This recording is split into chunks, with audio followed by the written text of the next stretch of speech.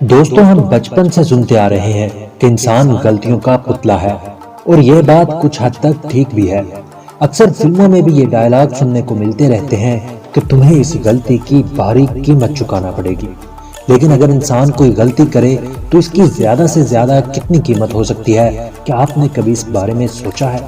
آج ہم آپ کو کچھ ایسے واقعات کے بارے میں بتائیں گے جب ایک انسان کی چھوٹی سی غلطی کی وجہ سے اربوں خربوں کا نقصان ہوا۔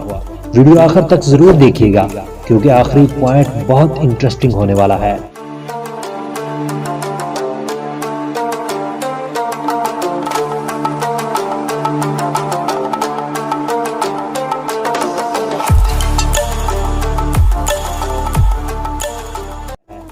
میزوہا سیکیورٹیز ایک ٹائپنگ مسٹیک کی وجہ سے ہوا تھا $225 ملین کا نقصان۔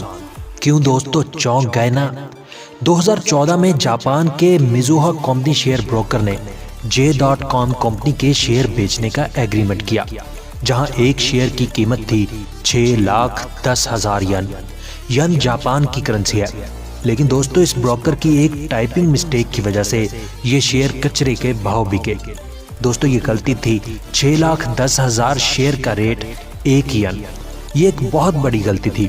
J.com کمپنی کے احتجاج کے باوجود اسٹاک ایکسچینج نے گاہکوں کی آرڈر اسی حساب سے پورے کیے۔ اس ٹائپنگ کی چھوٹی سی غلطی کی وجہ سے J.com کو تقریباً $225 ملین کا نقصان ہوا۔ Number 9، James Holmes but coin.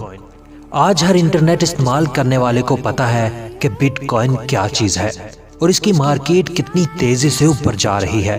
لیکن دوستو دنیا میں ایک انسان ایسا بھی ہے جس نے 7,500 بٹ کوائن غلطی سے پھینک دیے تھے۔ آئی ٹی کمپنی میں کام کرنے والے جیمز ہالمز نے 2009 میں 7,500 کوائنز خریدے تھے۔ اس وقت بٹ کوائن کی قیمت بہت ہی کم تھی، اس لیے جیمز نے بٹ کوائنز کو سنبھال کر نہیں رکھا اور غلطی سے کہیں پھینک دیے۔ لیکن پھر 7 سال بعد ان 7,500 کوائنز کی قیمت تقریباً $8 ملین ہو گئی، یعنی اگر پاکستانی روپوں میں بات کریں تو 1,25 کروڑ روپے۔ اور آج آپ ان 7,500 بٹ کوائنز کی قیمت کا اندازہ بھی نہیں لگا سکتے، یعنی اگر ان کے پاس آج 7,500 بٹ کوائنز ہوتے تو وہ دنیا کے امیر ترین انسانوں میں شمار ہوتے۔ Number 8، new SNFS trains. دوستو سن 2014 میں فرانس نے SNFS کمپنی سے 17.5 بلین میں 341 ٹرینز خریدی۔ فرانس اپنی ٹرانسپورٹ کو اور زیادہ ماڈرن اور سمارٹ بنانا چاہتا تھا، لیکن جیسے ہی 2016 میں ان ٹرینز کی ڈیلیوری ہوئی تو معلوم ہوا کہ ریلوے ٹریک کے حساب سے ٹرین کی چوڑائی 20 سینٹی میٹر زیادہ ہے۔ اور جب انویسٹیگیشن ہوئی تو پتا چلا کہ انجینئرز نے صرف نئے پلیٹ فارم کی پیمائش لے کر کمپنی کو دی تھی اور پرانے پلیٹ فارمز پر بالکل بھی دھیان نہیں دیا، جس کی وجہ سے گورنمنٹ کو ان پرانے 300 پلیٹ فارمز کو دوبارہ سے مرمت کروانا پڑا، جس کا خرچہ $50 ملین یعنی پاکستانی کرنسی میں 8 ارب روپے آیا۔ Number 7، excite.com۔ ایک پرانی ویب سائٹ excite.com کے بارے میں شاید آپ نے سنا ہوگا۔ اگر آپ اس کے بارے میں نہیں جانتے تو آپ کو بتاتے چلیں کہ یہ ایک ٹیکنالوجی کمپنی تھی۔ جب یاہو دنیا کا سب سے زیادہ سرچ کیا جانے والا سرچ انجن تھا تب excite.com دوسرے نمبر پر تھی۔ اسی وقت اس کمپنی کے پاس گوگل کو خریدنے کا آفر آیا۔ آپ کو سن کر حیرانگی تو ضرور ہوگی، لیکن یہ سچ ہے۔ اس وقت یہ آفر پاکستانی کرنسی کے حساب سے تقریباً 90 کروڑ روپے میں تھی، لیکن اس وقت کے ایکسائٹ کے CEO چارج بول نے گوگل کو خریدنے سے منع کر دیا۔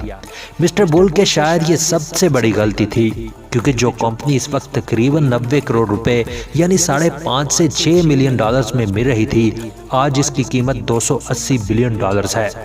شاید پیسوں کے معاملے میں یہ آج تک کی سب سے بڑی غلطی ہوگی۔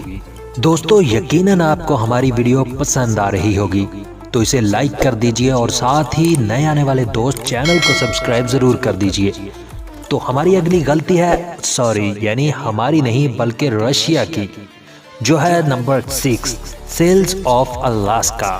کہتے ہیں کہ جب انسان کا دماغ صحیح سے کام نہ کرے اور آنے والے وقت کے بارے میں نہ سوچے تو اس سے بڑی بڑی غلطیاں ہو سکتی ہیں۔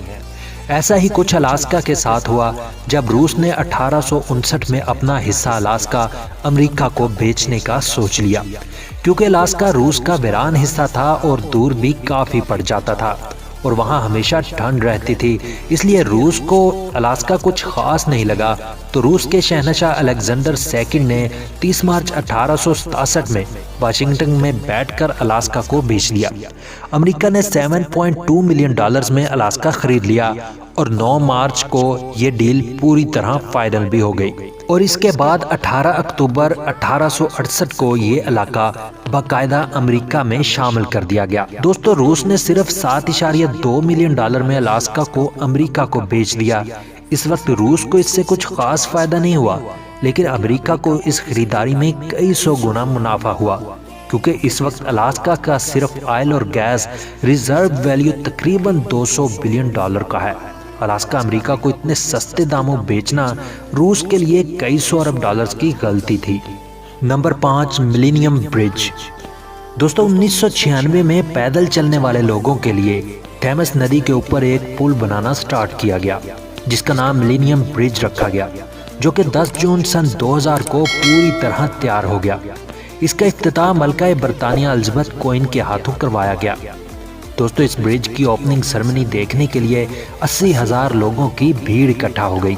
جب ایک ساتھ اتنے سارے لوگ اس پر آئے تو یہ برج ایک دم سے ہلنے لگا۔ دوستو، وہاں موجود لوگوں کو کچھ دیر کے لیے یہ لگا کہ شاید زلزلہ آ گیا ہے، لیکن یہ زلزلہ بالکل بھی نہیں تھا۔ اس برج کے ہلنے کی وجہ یہ تھی کہ یہ اتنے سارے لوگوں کا وزن نہیں سنبھال سکا۔ افتتاح کے صرف 2 دن بعد ہی اس برج کو دوبارہ سے بند کر دیا۔ اس کمی کو پورا کرنے کے لیے پھر سے تقریباً پاکستانی روپوں میں دیکھیے تو 1 ارب کا بجٹ تیار کیا گیا، جو بعد میں بڑھ کر تقریباً 3 ارب تک پہنچ گیا۔ اس لیے مان لیجئے کہ یہ بھی ایک مہنگی انسانی غلطی تھی۔ Number 4، atomic bombing of Hiroshima. دوستو، اس واقعے کے بارے میں تقریباً دنیا کے سبھی لوگ جانتے ہیں۔ یہ حادثہ ایک غلط لفظ کی ٹرانسلیشن کی وجہ سے ہوا تھا۔